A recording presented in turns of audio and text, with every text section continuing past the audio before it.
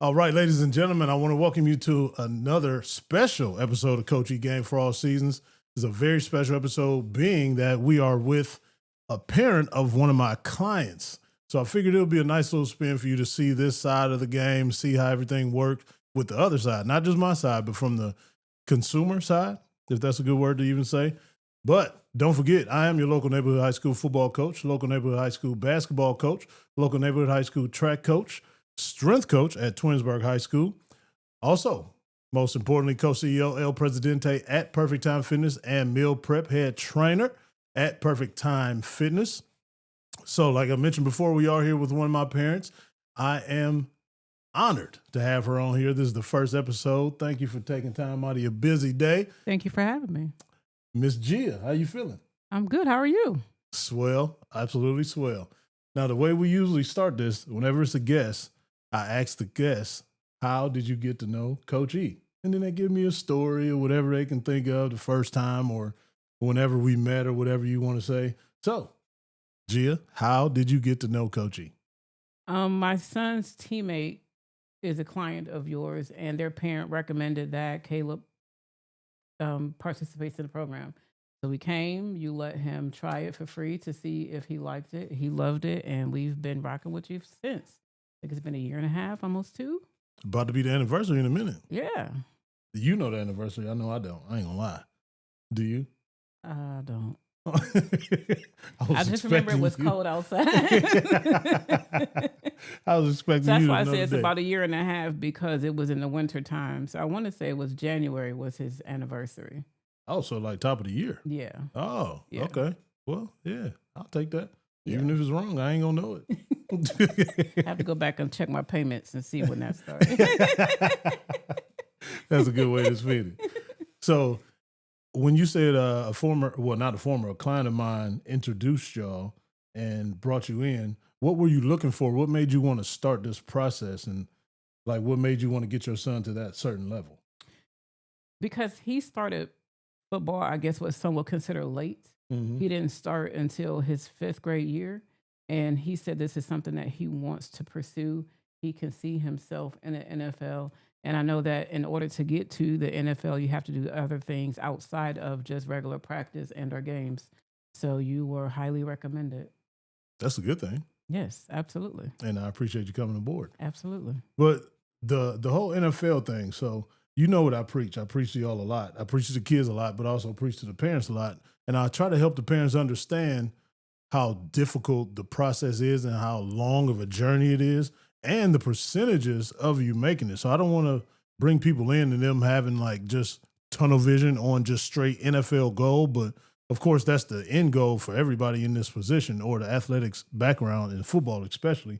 But I just like to tell parents the absolute honest to God truth so they can taper their expectations. Because of course, you're going to look at your son different Absolutely. than everybody else would. But do you see that as helping you along with the journey, just knowing the stuff that you know now that you wasn't familiar with before y'all even started? I absolutely do. And I think it kind of reinforces my thoughts initially, because I always push education. Mm-hmm. Before he got into this football journey, he wanted to be a computer programmer or he was into robotics. And when someone asked him what he wanted to do, he was able to say it. Now, if someone asks him, I want to go to the NFL. So for me, he just needs to understand, not to say that he's not extraordinary or that he's not capable and he doesn't have the tools, but we have to be realistic. Mm-hmm. So I just appreciate that you reinforce that Mm-hmm. to let them understand that there's more outside of football. If you make it, great. But if not, it doesn't mean that it's something to do with you, and just continue on with your education or whatever it is that you want to do outside of that. Okay. So from the time that Caleb started until now, have you noticed a difference in him? Not just only athletically, but as a young man growing up, have you noticed a big difference, or what do you think? Absolutely. Socially the most. Mm-hmm. As you call him, Deacon. Wait a minute. I'm sorry, G. I got to interrupt. This young man is 76 years old. 13. But 76 years old. If I wanted to, he'll lead us in prayer. That's how deep he is into the spirit. And he just acts and carries himself as a very older, mature guy. So Yeah. that's how he got the nickname Deacon. So it really helped him socially because he's very standoffish Mm-hmm. and very observant. He kind of gets honest, but if you don't engage with him, he won't engage with you. So it's kind of forcing him to think outside of the box and to engage with others because ultimately, football, if this is what you're going to do, is a team sport. Mm-hmm. You can't be an individual and think that everyone is just going to come to Caleb because you're great or just because you're Caleb. You have to speak to others and build that rapport, build that relationship. So that has helped him with your camaraderie, with your encouragement, Mm-hmm. and just the conversations. You text him outside of that to give him videos to watch. You send him um, podcasts to listen to for encouragement. But he will even question like why, but eventually he understands the purpose behind it. Mm-hmm. Physically, he has more stamina now. He has been diagnosed with asthma, and it has always been an issue where he always had to have his inhaler on site. He hasn't used it. Yeah, I've noticed that too. He hasn't used it in a year. So just things like that. And he's just been more cognizant of what he eats. He eats a lot more. It's only the beginning, trust me. And he's more dedicated to taking care of his body. So with you getting on him at home, he's stretching more. He's doing things at home outside of just coming to see you those couple of times a week. Mm-hmm. So, So as far as academic wise, have you ever had a question about him living up to the standard that you set for him? And if so, do you think this football thing or him pursuing an athletic career whenever is that pushing him more, or do you feel that you're pushing him more? Is he taking the initiative to do more by himself and be more engaged academically?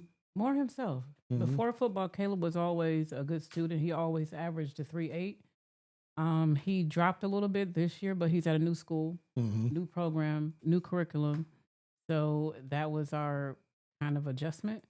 But even still, he was at a 3.5. So Mm-hmm. he's always been an advocate for it, could be seen as a good thing or a bad thing. He's a perfectionist. Mm-hmm. So he wants to be great at everything that he does. So for me, luckily, thankfully, academics has never been a concern for me. He does it on his own. So what you just mentioning that he's in a different program and different school, what made you make that switch? Because he wanted to play for the school that he's been playing for throughout his whole youth league. And he was going to a private school and they didn't have football. Mm-hmm. And he didn't want to play in the city that we were living in at the time. So we had to make adjustments, make some moves. And now he's at the school he wanted to go to and get acclimated. So do you see that as a good move for you as well? Do you, well, clearly you endorse it because he wouldn't be there if you didn't, but where do you see that taking him outside of football? Is like you said before, you encourage the academics and you stress the academics. Is this a good academic situation for him? Not only just because he's doing the 3.8 and the 3.5, but is it a good curriculum? Do you okay everything that's going on so far? Yes, I didn't know that he wasn't where he needed to be until he got to this school. So that's a good thing. It's an absolutely good thing. He actually was behind on some things and he had to catch up. They were not where I thought that they were, Mm-hmm. considering he was at a private school. And now he's at a public school. Of course, it's in a suburb, but even still, with private, and you think you're paying your money, you think you're getting this good education and all of these morals and everything else. And my son was behind. Mm-hmm. So that also added to, I guess, his GPA dropping because he had to adjust to the curriculum. So for me, it was a good thing. The only thing is because he is a perfectionist, he had to get outside of his head Mm-hmm. and understand that he doesn't know everything and be okay to excel. Well, that's a problem that young teenage boys have. Because I was at that spot about his age. Thought I knew everything. Thought I was prepared for everything. Thought I was going to be perfect at everything. But that's just a part of growing up, I guess. So Yeah. that's good that he's getting outside of the box now to make those good habits and changes for later on in his life. But as far as that, do you see him picking a academic school as far as college, or do you see him trying to pick a better playing situation for college? Because you can go either way. Mm-hmm. I can't tell you which one is the best way to go to, but at the end of the day, it's really up to him because he has to be there and endure everything and learn everything. Yeah. So what do you think of that situation? How would you help him pick his college? To be honest, now he really is looking at the D1 schools to Mm-hmm. be able to play, to be able to be seen. And for me, I not to say that I doubt his competitiveness or his ability, but again, you have to be realistic because a it's a competition. And now with the NIL and the transfer portal and all of this other stuff, I feel like personally he should focus more on the academics. Mm-hmm. You can go to a D1 school, but it doesn't have to be the O State, the Alabamas, or any of those schools. Or you can go to a good D2 school and ball out and still get that same recognition. I Yeah. like to use people like Kareem Hunt, who went to Toledo outside of his personal stuff, but We you know, ain't worry about that for this conversation. but just going to schools. Antonio Gates, who went to Kent, you went Mm-hmm. to Miami. James OU. Harrison. I mean, I'm sorry, OU, I had to stop you there because that Miami is your rival. Yes. Yes, Well, my bad. my bad. I'm sorry, but even James Harrison going to Kent State, like things like that, you can do big things and still make it there without going to those big schools. Mm-hmm. So hopefully, I'm gonna support him whichever way he goes, but we'll see. You're right. So that's a We'll good see. point that you brought up. The highly competitive Division One schools like the O States, the Alabamas, hell, even the stuff in the MAC with the OUs, the Akrons, and the Kents, they very rarely recruit high school kids anymore. Just because what you brought up, the NIL and the whole transfer portal thing, they ready for kids to come in and play because their job is on the line, like immediately. True. So if they go to that high school kid that still is trying to find themselves and trying to grow into their position playing or whatever, or to just grow into grown man life, they feel as if nowadays they don't have that much time to wait for that certain kid, not just yours, Wow. but the whole recruiting class. So that's why they go to the transfer portals to get like a Division II kid that was playing, like you said, at that Division II school balling out, and he's already acclimated to college football. He's already had to take those classes with the lifting and practice schedule and just adjusting to life and the travel schedule. A lot of people underestimate the traveling schedule with the games and stuff too, because you still got to get your work done. Yeah. Sometimes if it's a long road trip, like let's say the first 3 games of the season, big schools usually play the smaller schools. So Right. you never know. You could go to a Winston-Salem State, and I'm just throwing that out there. Mm-hmm. And let's say if you play Oregon that first week, you probably gonna have to leave 3 to 4 days before the game to get acclimated with the time change and just for the whole college football experience and the student athlete experience. Tour the city, just see different stuff that you see on TV all the time. Go to Nike. I'm just still using that Oregon thing. Yeah. So a lot of coaches and universities are steering away from these high school kids. So that's why I preach to them. You really have to be like one of one nowadays. It can't be just you made all conference. There's Right. still a guy in Georgia that was Mr. Football and the number 10 recruit on his position that plays your position. They still might not even recruit that kid just because they will rather go to the transfer portal.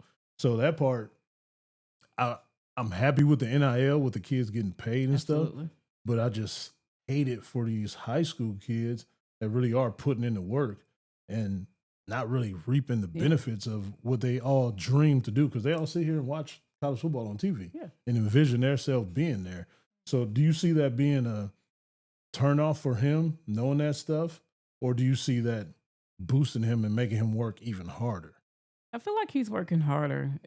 Nothing has turned him away or from football. He's still very much into it. Even with looking at high schools, that's one of the things that he's looking at their programs as in addition to academics. Right. So right now he's still all in, and that's his desire. We'll see. But for the past 3 years, this is the most dedicated that he's been towards anything. And That's he's good. never played football. It was always soccer and baseball and track. And then one day he was like, Mom, I want to try football. I'm great. Football is my first love. I'm a football mom. I love sports. So I was ecstatic. And everything else went to the wayside. And I just made him continue to do track for conditioning. Right. But now everything is just solely football. And track is also good, not just for conditioning, but for flexibility and just helping them be a better athlete. Because nowadays, a lot of kids and parents as well, because they don't understand it, they pour so much money and time into that one sport, but not knowing those other sports will help you with that one sport. So the track, just like you said, for the conditioning and for the speed, and then even basketball, or like you said, with wrestling or soccer, that's still helping him with his footwork, and soccer, getting ready for football, and wrestling, helping him with leverage, and football, with him being a lineman. So he's going to have to learn leverage. So a lot of people just bank and just, okay, we got to go off season training with this specialist guy. We got to go here. We got to go there, when it's still valuable and very helpful to play those other sports. So I'm glad you're pushing him to do that. And he still likes to do that. Yes. So as far as athletic backgrounds, do you have an athletic background? I was a cheerleader. Yes, that is a sport. Yes, it is. That does make me an athlete. And I also ran track. But I was selfish becoming a cheerleader because I love football and basketball. That was my way to get in and see all of the games. So that's a good hustle. That's why I did it. That's a real good hustle. Did you have aspirations when you were playing to go to another level, like as far as college and everything? Did you have those dreams? Cheerleading, no, because in Cleveland we couldn't do a lot of the things that they were doing in colleges. We couldn't do the flips, the pyramids, and all of that stuff. So that kind of took me out of the game, and all the backflips. Track, I did have a desire to pursue it beyond, but I blew my knee out, and it was done. The ACL, huh? Yeah. I had water, the needles, the drain, all of that. So it was a wrap for me. So when you say y'all wasn't allowed to do that, was it just y'all didn't have the coaching to teach that, or y'all literally were not allowed to do it? We weren't allowed to do any of the backflips. If we did a pyramid, I think it could only be 2 or 3 people high. We couldn't do all of the flips and the holds and all of that stuff. That was a regulation. I don't know how it is now, but back then in the 90s, don't go too far.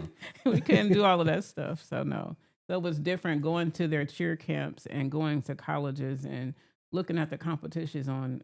And not to say that I guess I couldn't get there, but cheerleading is honestly like any other sport. You already have to be there. Oh, yeah. And no, there's no room to get you there, unfortunately.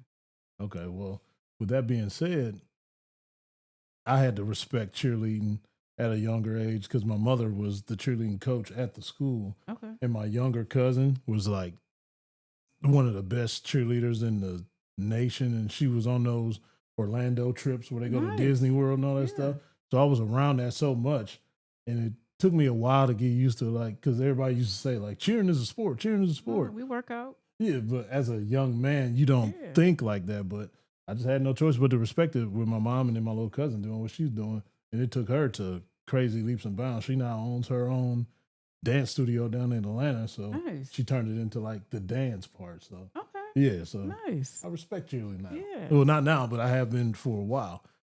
So with everything that we just talked about, where honestly do you see your son's future going? And how are you going to play a part into aiding that dream to become true? Where do I see it going? Mm-hmm. That's a tough one. It is tough because I don't want him to ever think that I don't believe, because I do. So I can see him going to the NFL. I just feel like he has to have a more dog eat dog mentality. Yes. I feel like he's too nice. And even though he's standoffish and not trusting, he's a gentle giant. Mm-hmm. And it takes too much to get him to a point to not be upset, to turn it on and turn it off. Right. Exactly. I'm not asking you to be a killer, but you got to be a dog, and he's not there yet. So that's what I'm trying to help him get, but I can't. Like you said the other day when we were talking about it, it's something that's going to happen, that has to happen for him to experience, for that switch to go off. Yeah. And to figure out how to turn it on and off and not keep it on. Mm-hmm. But if he has that, then I have no doubt that he can go, provided that we continue to keep the people around him that encourages him, supports him, and has his best interests at heart. The world is his. That's great. Yeah. That's really great. And what you saying that y'all took a special trip. He just had a birthday, and y'all went somewhere that is very near and dear to my heart because I remember participating in it. So tell us a little bit about his birthday trip. His birthday, I don't want to say surprise, but his birthday gift. Yes. My gift to him was to take him to the Combine this year. So we were at Lucas Oil Stadium in Indianapolis. And he was able to see all of his players that he idolizes. And for me, it helped put it in perspective, the work that is required to get to the next phase. Because even when they were waiting to their turn to do the 40, they were running, they were practicing, they were stretching, they had their bands, they were throwing, they were doing everything because they want to be the best, because the window is small. So he got to see all of the NFL execs. He got to see all of the stations, all of the requirements up front and center. So he can understand that you need to perfect your craft and be serious about your craft, even at this point, even being at 13. Yeah. You just got to continue to work. So he was very excited. He fanned out a little bit. It's okay. But it was kind of cool. have to, because it was fun. Yeah, as a middle school kid, you seeing the people that you literally saw on TV for a very long time, you can't help it. It's still grown men that fan out. So Yes. you can't get mad at that. No. But I really appreciate you doing that for him, because you just unlocked something in his mind and in his brain and in his vision that he probably won't tell you, just because he is who he is, the old man. But he can now see himself there. It made it more realistic. Instead of just watching TV, you can't reach out and touch it. But with him being so close and seeing his fanboys, the people he want to be, that did a huge thing for his confidence and his vision and trying to put himself in their position. So you're a good person and a great parent for doing that. That was my thought behind it. Outside of him being able to experience and get to see the people up front and center, but just to understand the process behind it, because you see all after the contracts and stuff are signed, that's all you see on Sundays. But you need to see the work that goes into it. So that was my goal. So I hope that's what he got from it. But I believe so. Yeah, trust me, he does. So. Because I can see a difference. Just in a little bit of time that y'all been back and coming, I can definitely see a difference. He's more engaged, and he already asks a lot of questions. Because like you said, he's real literal. Yes. So he asks a lot of literal questions. Yes. But his questions are getting a little bit deeper, more little under the surface. And then he starts to understand, because he can correlate to what he just saw. So when I tell him to do something, and this is what is helping, he said, oh, like the one time when we was at the combine, I seen such and such do that. I'm doing that for that. So he's starting to understand it. So that, I give you all the kudos in the world for doing that. Because a lot of people wouldn't have done it or been scared to do it. You just did it. So, but it's like, why scared? It's free. It's just a drive. And the drive. It's a drive. The drive could have turned somebody off from that too. Oh, well, we used to traveling. So and that's great. That is great. There's no borders on his life. So you know he can go even further than what he's already seen and what he's already done. That's a great thing. So, G, thank you very much for coming and doing what you're doing. Hopefully, there's some parents out here that's hearing what you're saying and can identify with it and will continue to push their son or their daughter or whoever to another level like you've been doing, Caleb. And I really appreciate y'all sticking with me this long. I appreciate y'all coming on to the program. And I appreciate you coming on to the show. So everybody go ahead and give it up for Gia. Thank you for coming. I appreciate you. No problem. So this concludes the special episode of Coach E, the Parent Edition. Thank you to Gia. Thank you to Caleb. Keep working, brother. I know you're going to see this. So I'll see you at the next session. And we are going to, I was just about to say that. We are going to continue to die every single session. So thank you all for coming out. God bless you. Good night. Good night. Thank you for tuning in to Game for All Seasons with Coach E. Remember to hit the like or subscribe button on Coach E's YouTube channel. To listen on the go, download wherever you get your podcasts. Also, make sure to follow Coach E on Instagram, X, and TikTok at BigF216. Contact us at www.perfecttimefitness.com for one-on-one or group training sessions. Our theme music provided by Mr. Taboo Timmons on SoundCloud at Mr. Taboo Timmons. Once again, thanks for listening and see you next week.